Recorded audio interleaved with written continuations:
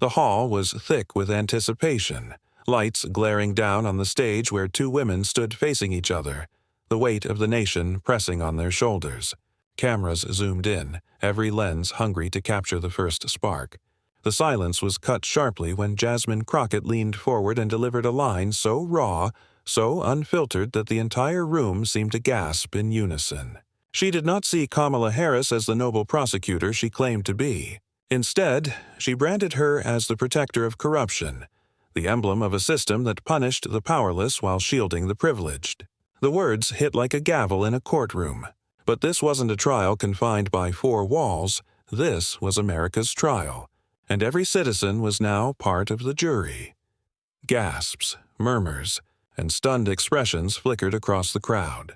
Some leaned forward in delight, sensing they were witnessing history. Others recoiled, shocked that someone would dare call out Harris so brazenly on live television. Headlines seemed to write themselves in real time. Crockett calls out, "Kamala, prosecutor or criminal's ally." The moderators froze for a moment, unsure whether to intervene, but the electricity in the room made it impossible to break the tension. Harris's smile held steady, her posture upright, her eyes unblinking. But beneath the calm mask there was a flicker, just the slightest tightening of the jaw, the smallest flash of irritation. That was all Crockett needed. The stage had transformed from a political platform into a battlefield, every pause and every glare carrying the weight of combat. Crockett's tone was sharp, deliberate, each syllable designed to slice through the polished armor that Harris had spent decades perfecting. The audience could feel it. This was not a routine clash of policy points. It was a direct assault on legacy, on identity, on the carefully constructed narrative of a woman who had built her reputation on justice. Harris adjusted her microphone, ready to fire back, but the sting of that first accusation hung in the air like smoke after an explosion. The entire country leaned in closer, waiting to see if the so-called prosecutor would remain untouchable or whether the mask was about to slip. The opening blow still echoed when the stage shifted into something larger than two women trading barbs. It wasn't just a heated exchange. It was a collision of worlds that defined what America was wrestling with in that moment. The cameras panned across the audience, capturing faces filled with shock, curiosity, and even awe. For some, Harris symbolized the steady hand of order, the polished prosecutor who claimed to serve justice with dignity and authority. For others, she was the embodiment of establishment power, a figure who carried herself with an air of untouchability that too often excused the failings of a broken system.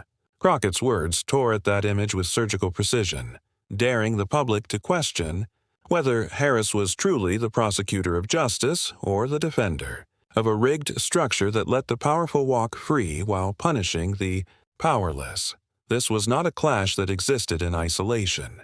It was rooted in the very tensions America has been battling for years. The image of the prosecutor carried with it centuries of complicated history, from courtroom victories to wrongful convictions, from promises of safety to stories of inequity. Harris's career stood as a lightning rod for all of it. To some, she was a pioneer, the first to break barriers in positions long dominated by men. To others, she represented a cold machinery of punishment that had too often missed the mark. Crockett, standing across from her, became the living embodiment of that critique, a voice for those who felt trampled by a system that spoke of fairness but rarely delivered it. The audience wasn't just watching a debate. They were witnessing a trial of America's conscience, where every word carried the weight of unspoken grievances. The stakes grew higher as Crockett framed the confrontation not as a personal vendetta, but as a reckoning with values. This was about more than Kamala Harris. It was about whether America valued truth over polish, courage over composure, authenticity over performance. Each time Crockett leaned into her microphone, her words carried the urgency of someone who believed that silence was complicity. She wasn't there to exchange pleasantries. She was there to rip away the curtain. Harris, by contrast, held her composure with a practiced elegance, projecting an image of control that had served her well in past arenas. Yet the room could sense that Crockett's fire threatened to break through that calm, daring Harris to confront the ghosts of her record rather than the applause lines of her rhetoric. In the living rooms of millions, The clash was being replayed in real time on social media. Clips were clipped, captions written, hashtags forming even as the debate continued. Prosecutor versus criminal began circulating not as a literal charge but as a metaphor for a nation's frustration with justice delayed, justice denied, justice distorted. It was a label that promised the night would not end quietly. Harris might have been the one with the title, but Crockett had claimed the narrative. The promise hung heavy in the air. This was only the beginning. Something was building, something that could not be walked back or smoothed over. What happened next would not just alter the trajectory of two political careers, it would shake the way Americans thought about accountability itself. The hall vibrated with that tension, a current running between two women who both understood the gravity of what was unfolding. Harris gripped her podium, chin lifted high, ready to remind the nation of her record.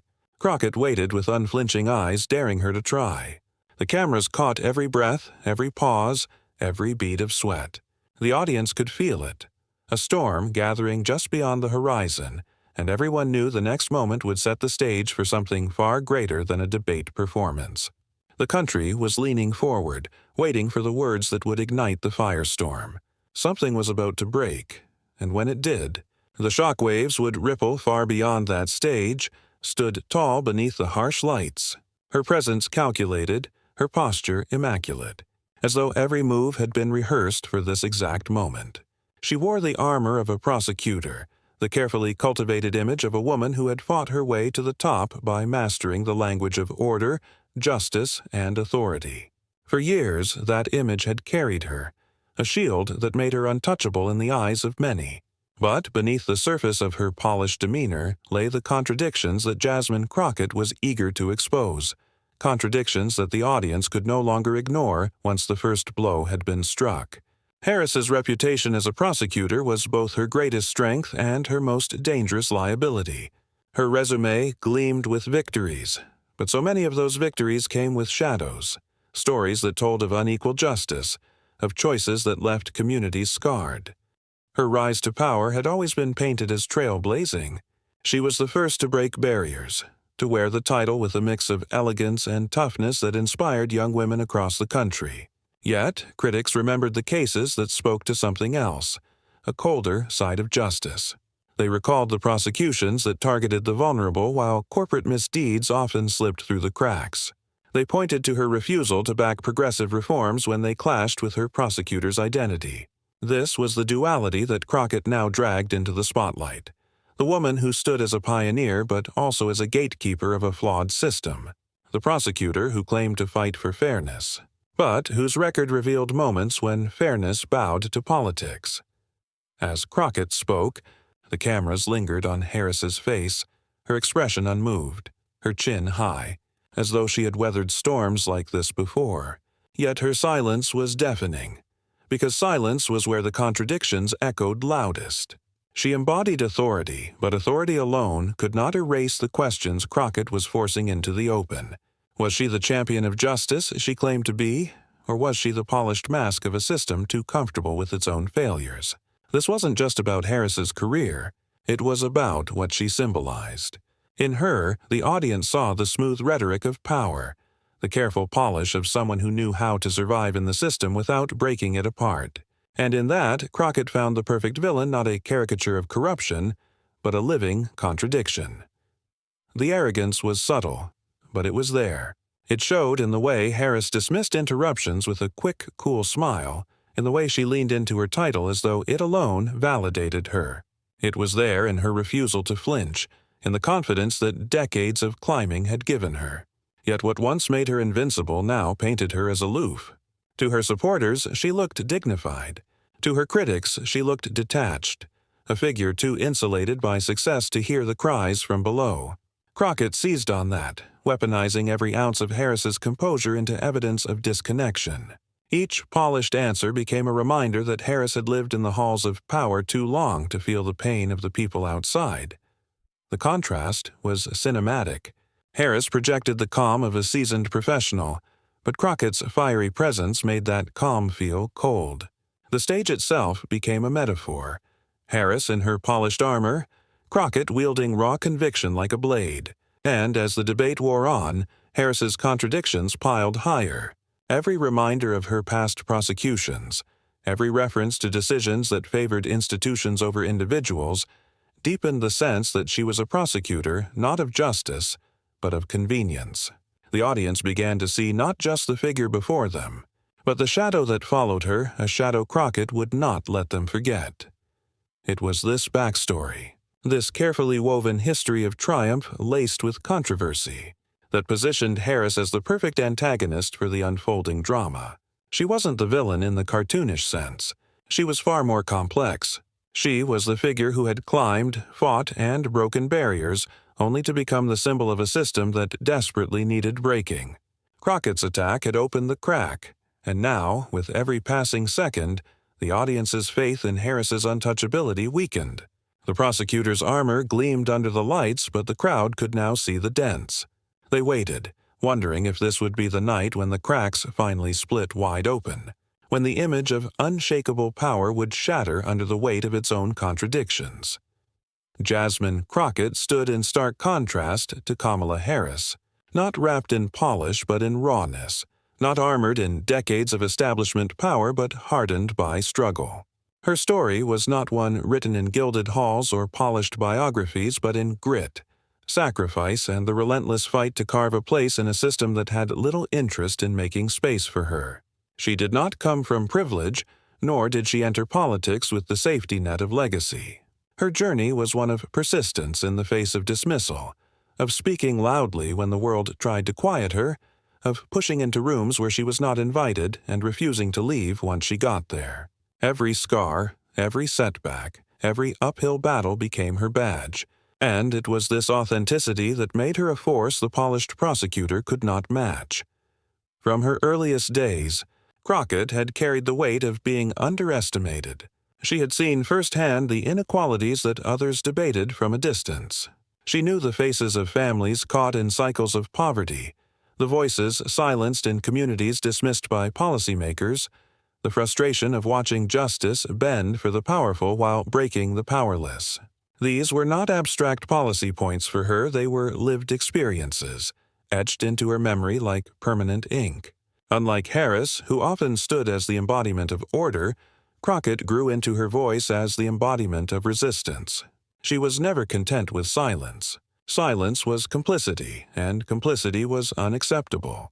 Every time she spoke, she carried with her not just her own story, but the echoes of thousands of unheard stories behind her.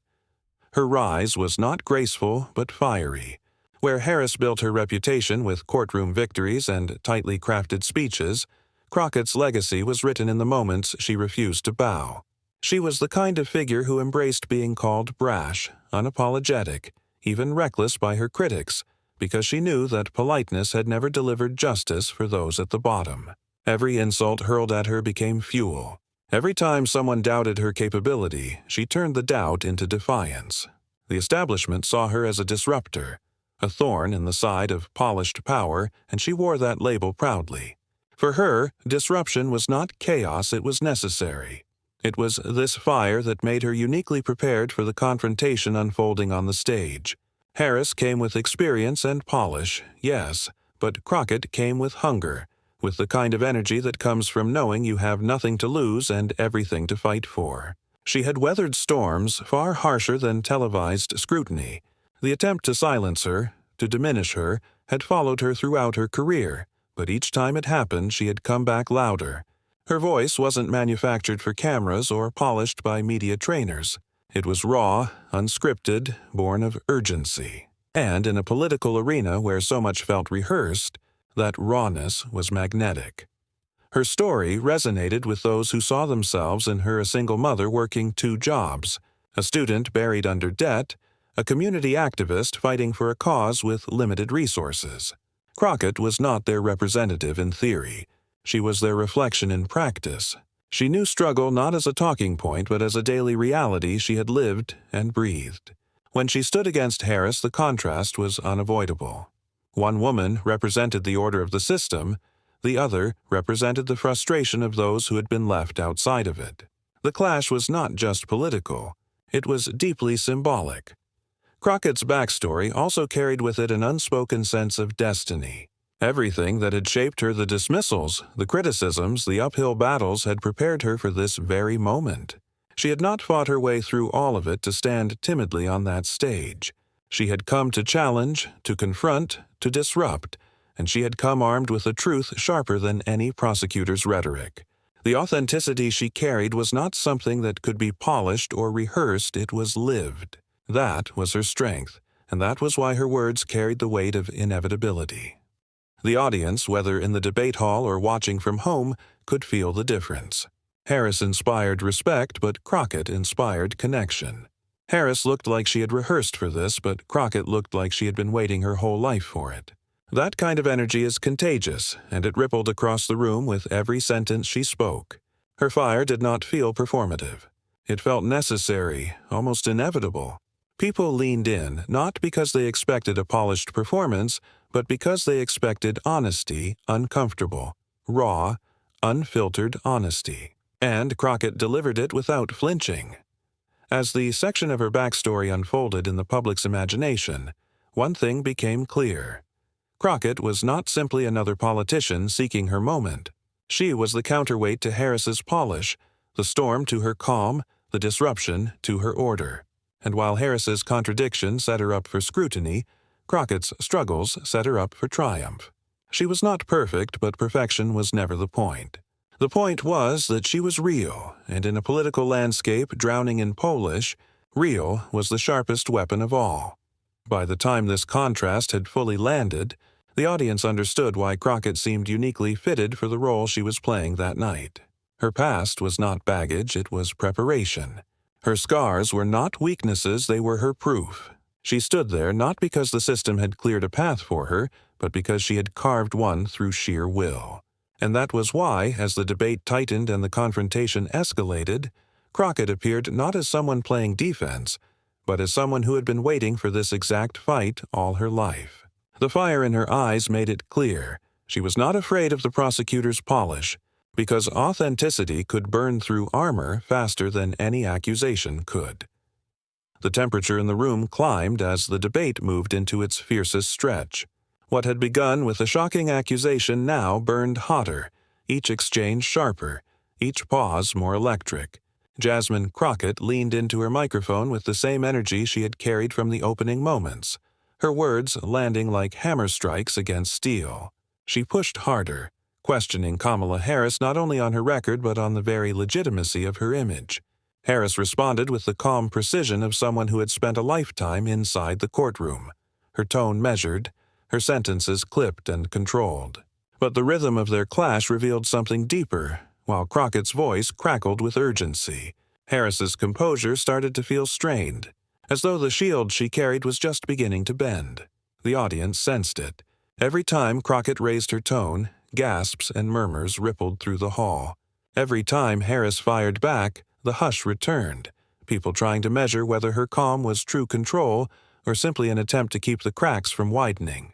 The tension turned the stage into an arena, each woman circling the other with words like weapons. Crockett's jabs were relentless, her accusations specific, her tone impossible to ignore. Harris's responses were deliberate, grounded in the authority of her past, but her stillness made her seem detached. The contrast was striking, one woman brimming with fire, the other wrapped in ice. It was in the pauses where the escalation felt sharpest. After a particularly biting remark from Crockett, one that suggested Harris had turned justice into performance, the room seemed to freeze. Harris smiled faintly, her chin lifting, her eyes narrowing. She waited a beat too long before answering, and in that silence the audience felt a shift. Confidence, once effortless, was beginning to look like defense. Crockett's eyes narrowed in turn, sensing the subtle falter, and she pressed forward again, refusing to give Harris space to recover. It was a rhythm of attack and parry, but the pace belonged to Crockett. The moderator's attempts to move the debate forward seemed futile as the two women locked in, their focus unshaken by time limits or rules. Every question was twisted into an opportunity for confrontation. Every answer was a chance to throw another spark into the fire. Crockett's tone grew sharper, her words more personal, but it never slipped into chaos. It was intentional, strategic, meant to chip away at Harris's polished image. Harris, though still composed, began to shift in her stance, her posture tight, her responses more clipped than before.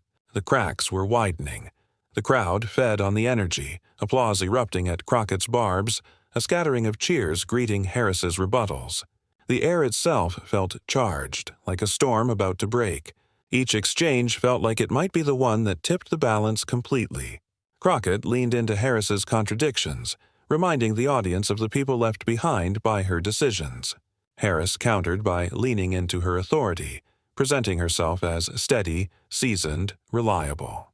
The clash was no longer just about facts or records, it was about who the audience believed, who they trusted to embody justice itself.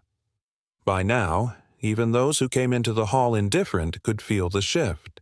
Harris was visibly rattled, even if only slightly, while Crockett's momentum only grew. The more Harris tried to retreat behind polish, the more Crockett tore at it, refusing to let her opponent hide behind titles. The escalation had reached its peak. Each woman stood her ground, each word cut sharper than the last, and the room pulsed with the unspoken anticipation of something about to give. It was no longer a question of whether there would be a breaking point. It was a question of when and how devastating it would be once it landed. The moment everyone had been waiting for arrived not with a shout, but with silence. After an especially heated exchange where Jasmine Crockett accused Kamala Harris of hiding behind her prosecutor past, the room fell into a hush that carried the weight of anticipation. Harris straightened her posture, adjusted her microphone, and for the first time that night let the mask of calculated restraint slip just enough to reveal a sharper edge. Her eyes locked on Crockett with the precision of a litigator preparing to deliver the final blow, and suddenly the energy shifted. The silence wasn't a weakness, it was a gathering storm.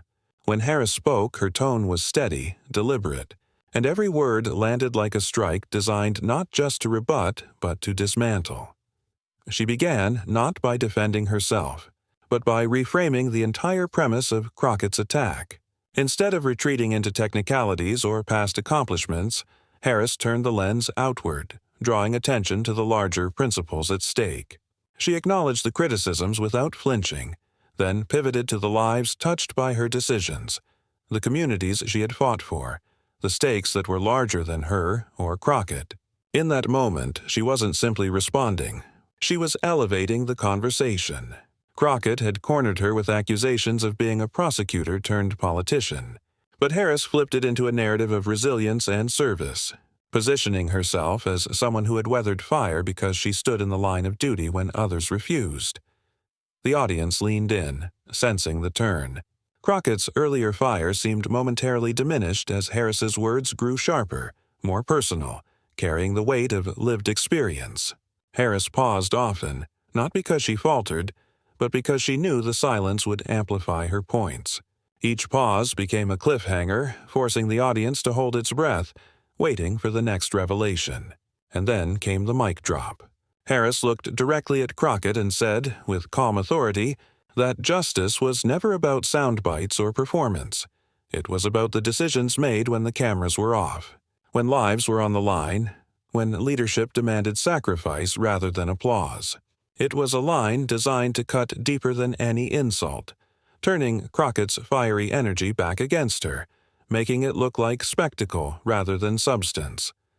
The reaction was immediate. Gasps filled the room, followed by scattered applause that quickly swelled into a roar. Social media feeds lit up in real time, with hashtags exploding as clips of the moment circulated online before the debate even concluded. Memes were born in seconds, edits flooded TikTok, and Twitter timelines filled with side-by-side comparisons of Harris's calm precision against Crockett's fiery assault. The mic drop wasn't just a line in a debate, it was a cultural moment. Commentators watching live began tweeting words like decimation, masterclass, and the turning point. Crockett, to her credit, tried to respond, but her rhythm was broken. The confidence that had carried her through earlier rounds now seemed shaken. She attempted to press forward with more accusations, but each comeback only seemed to reinforce Harris's framing that Crockett was there for spectacle, while Harris was standing in the tradition of service and sacrifice. For the first time, the crowd wasn't leaning toward Crockett's fire but toward Harris's calm resolve. The shift was undeniable. Harris pressed her advantage. She didn't shout, didn't gloat, didn't push the victory too far. Instead, she allowed Crockett's attempts to regain control to unravel themselves, responding with surgical precision. One fact here, one moral principle there, until Crockett's momentum was reduced to sparks rather than flames. The optics were devastating. Crockett's visible frustration contrasted sharply with Harris's composed confidence, and the contrast told a story more powerful than words.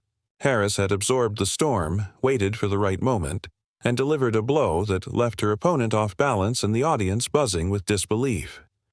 The commentators' voices rose over the live feed, describing the exchange as the debate's defining moment and the point where the tide turned. On social platforms, young viewers clipped the mic drop line into reaction videos, their faces lighting up as they mouthed the words along with Harris. Supporters who had been worried earlier in the night now flooded timelines with celebratory posts, declaring that their candidate had not only survived but had emerged stronger. Even skeptics admitted, if grudgingly, that the composure and precision of the counterattack were impossible to ignore. But the impact was not just in the theatrics, it was in the moral framing. Harris had managed to elevate herself beyond the personal insults and turn the clash into a referendum on values. Substance over performance, sacrifice over spectacle, service over ego. By doing so, she didn't just neutralize Crockett's attacks, she reframed the narrative of the debate itself. The story was no longer about Crockett exposing Harris's contradictions, but about Harris reminding the audience that true leadership comes from the ability to withstand pressure and still speak with dignity. As the applause rolled on and the moderator struggled to restore order, Harris leaned back slightly, her expression calm but resolute, as if she knew the moment would live beyond the walls of the debate hall. Crockett shuffled her papers, tried once more to regain footing, but the balance had shifted irreversibly. The debate wasn't over, but the defining blow had been struck. The mic drop moment was sealed into memory, etched into the political theater of the night, destined to replay on screens across the country. And with that, the battle no longer felt like two equals clashing. It felt like a lesson in the art of control.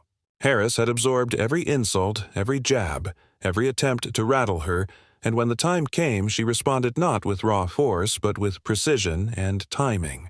The villain who had dominated with fire now seemed diminished by her own flames, while the hero emerged not as a savior, but as someone who had mastered the art of letting truth speak louder than rage.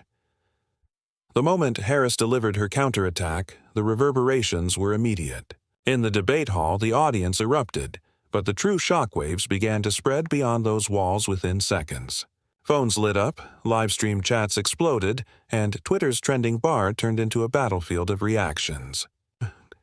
Hashtags like McDropMoment, the Crockett vs. Harris, and Prosecutor Power surged, each carrying clips of Harris's poised takedown looped endlessly with captions that made her words feel even sharper. The exchange that began as a heated clash now lived on in the collective memory of millions scrolling their feeds, and what viewers saw was more than just a debate, they saw a cultural flashpoint. Commentators rushed to weigh in. Some cable networks replayed the moment in slow motion, dissecting Harris's pause, her measured delivery, and the look on Crockett's face as the blow landed. Anchors leaned into the drama, labeling it the defining exchange of the night, and comparing it to some of the most famous debate moments in modern history. Pundits who had criticized Harris earlier were suddenly forced to acknowledge her resilience, calling it a reminder of why she commands national attention. Others defended Crockett, praising her fire and arguing that passion mattered more than composure, but even their voices seemed muted under the tidal wave of Harris's sudden resurgence. Meanwhile, the internet spun the moment into something larger than politics. TikTok was flooded with reaction videos of young people reenacting Harris's words, adding cinematic music under her lines, or cutting between her calm face and Crockett's fiery expressions. Memes popped up instantly, side-by-side screenshots of Crockett mid-attack and Harris mid-response, labeled sound versus substance, fire versus ice, and who won. Instagram Reels paired Harris's line about sacrifice with slow-motion montages of historical leaders, turning her into a symbol of calm under fire. Even on platforms known for their cynicism, users admitted they hadn't seen a pivot that smooth in years. Celebrities began to join the chorus. A-list actors, musicians, and athletes shared clips of Harris's mic drop, captioning them with words like legendary or that's how it's done. Politicians jumped in too, some offering public endorsements of Harris's handling of the debate, others posting veiled critiques of Crockett for playing to the cameras. The ripple effect was undeniable. Harris's performance was no longer just a moment in a debate. It had become a narrative about strength under pressure, dignity in the face of attack, and the kind of composure people wanted to believe in, but not everyone celebrated. Crockett's supporters countered with their own hashtags, framing her fire as courage, arguing that she spoke truth to power while Harris polished her image. They clipped Harris's pauses, calling them hesitation rather than strategy, and accused mainstream commentators of bias. This pushback only fueled the drama, turning the debate into a full-blown culture war online. The clash between Crockett's passion and Harris's poise mirrored larger conversations about authenticity versus performance, emotion versus calculation, and who truly represented the voice of the people. What made the aftermath so explosive wasn't just the divide, it was the scale. By midnight, clips of the exchange had amassed millions of views across platforms. Hashtags tied to the moment trended globally, and late-night hosts were already writing monologues around the spectacle. The debate was no longer contained within the realm of politics. It had crossed into pop culture, the kind of moment people referenced at work, in group chats, and around dinner tables. The energy of the confrontation had transformed into a shared experience, something audiences across the country felt they had witnessed together. And through it all, Harris's camp leaned into the momentum. Staffers retweeted supportive memes, campaign accounts highlighted her lines, and surrogates flooded news shows to frame the moment as proof of her readiness to lead. Crockett's team, meanwhile, worked to regain ground, arguing that fire and confrontation were necessary in times of injustice. Yet, the optics favored Harris. The clip that everyone replayed wasn't Crockett's passion but Harris's calm mic drop. The debate had delivered her critics' sharpest attack, and instead of breaking, she had turned it into a victory. By the next morning, polls and headlines reflected the shift.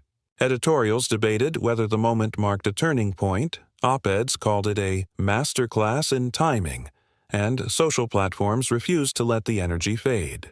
Harris's takedown had become more than a defense. It was a symbol of resilience in the public imagination. The shockwaves were not just about who won the debate, but about how the spectacle redefined the stakes of leadership in a way audiences wouldn't soon forget. As the dust settled and the fever of online reactions began to cool, the debate's meaning crystallized into something larger than politics. The clash between Jasmine Crockett and Kamala Harris had started as a duel of words, but what lingered afterward was a question of values. What does it mean to lead, to serve, and to rise above the noise? Harris, in the aftermath of her mic drop moment, did not frame her counterattack as a victory over an opponent. Instead, she shaped it into a reflection on the universal truth that dignity is stronger than insult, and that service endures long after sound bites fade.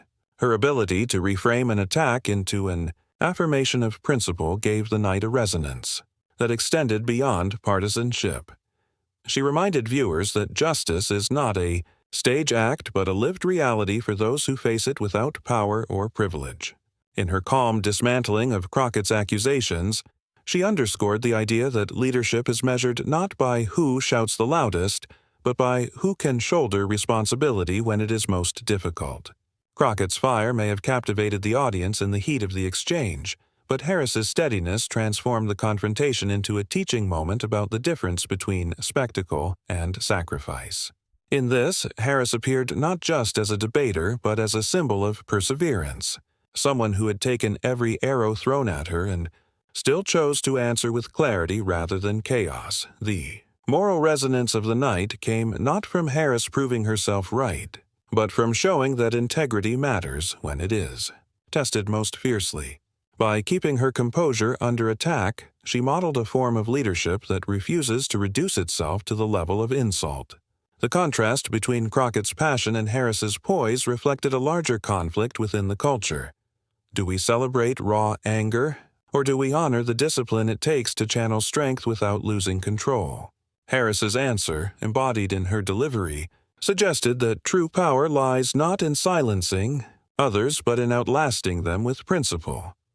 Audiences across the country interpreted the moment as a call to reflect on their own roles in a society increasingly driven by outrage. Social media debates may have amplified the clash, but beneath the noise, the lasting impression was of Harris's ability to turn conflict into clarity. Her message that dignity cannot be undone by insult, that service outweighs ego, that sacrifice defines real leadership became a rallying cry for those who wanted politics to rise above division. Even critics acknowledged that, at least for that night, she had managed to shift the frame of conversation from personal attack to universal truth. In this way, the confrontation transcended Crockett and Harris themselves. It became a parable about how we respond to pressure, how we define strength, and how we measure authenticity. The lesson wasn't that Harris had defeated Crockett, but that Harris had shown what it means to hold fast to principle when pushed into the arena of spectacle. The power of that example lingered long after the cameras turned off, reminding viewers that leadership worth following does not bow to insult, but instead rises into something greater. By the time the night ended, the debate had transformed into more than a clash of personalities. It has become a moral reflection on justice, dignity, and the responsibility of those who step into the public arena.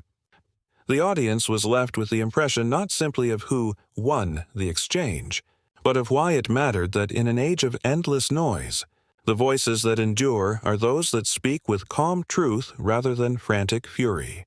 The lesson was clear. Dignity may take longer to resonate, but when it does, it leaves a deeper mark than any outburst ever could. The debate that began with fire and fury closed with a sense of clarity. What viewers witnessed was more than a political clash, it was a story about values, a reminder that dignity and principle still have the power to cut through noise. Kamala Harris's calm counterattack stood as proof that leadership is not about spectacle, but about strength that holds under pressure. Jasmine Crockett's fire demanded attention, but it was Harris's composure that gave the night its lasting imprint, leaving audiences with a moment they would replay, share, and remember long after the stage lights dimmed. This was not just about two figures locked in argument. It was about the choice every viewer carries forward. Do we lift up voices that divide, or do we stand behind those who remind us that service means sacrifice and leadership means restraint? The exchange asked that question in real time, and Harris's answer, delivered not with a shout but with steady conviction, turned the debate into a parable about what America values most in its leaders. If this night left you shaken, inspired, or even questioning where you stand, then the conversation has already done its work. Share this story, keep the dialogue alive, and let the message spread beyond a single debate stage. Because moments like these are not just about politics. They are about us, about who we are, and about the future we choose together. Subscribe, stay engaged, and be part of shaping the movement that insists dignity will always outlast arrogance, and that truth, even when tested, will always find its voice.